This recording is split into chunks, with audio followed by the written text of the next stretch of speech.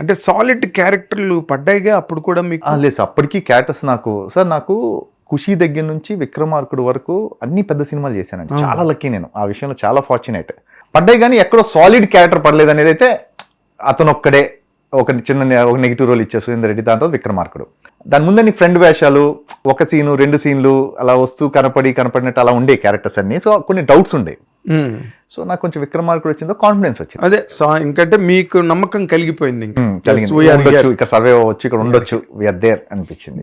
Marriage అయిన తర్వాత విక్రమార్కుడు అంతే అండి, అంతే. అయితే ఆవిడ పట్టుకొచ్చింది మీకు? అంతే కదండి, 100%. సిరి సంపదలు పట్టుకొచ్చింది 100%. అంతేనా? 100% డౌటే లేదు అందులో. అంటే మ్యారేజ్ అయిన తర్వాత కొంతమందికి కలిసి వస్తున్నాం.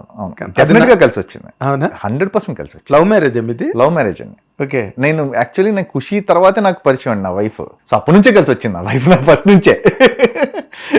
విక్రమార్కుడు అంటాం కదా, ఫస్ట్ నుంచే. సెకండ్ ఇప్పుడు ఇచ్చినప్పటి నుంచి అంతే ఫస్ట్ నుంచి కూడా. Very nice, very nice.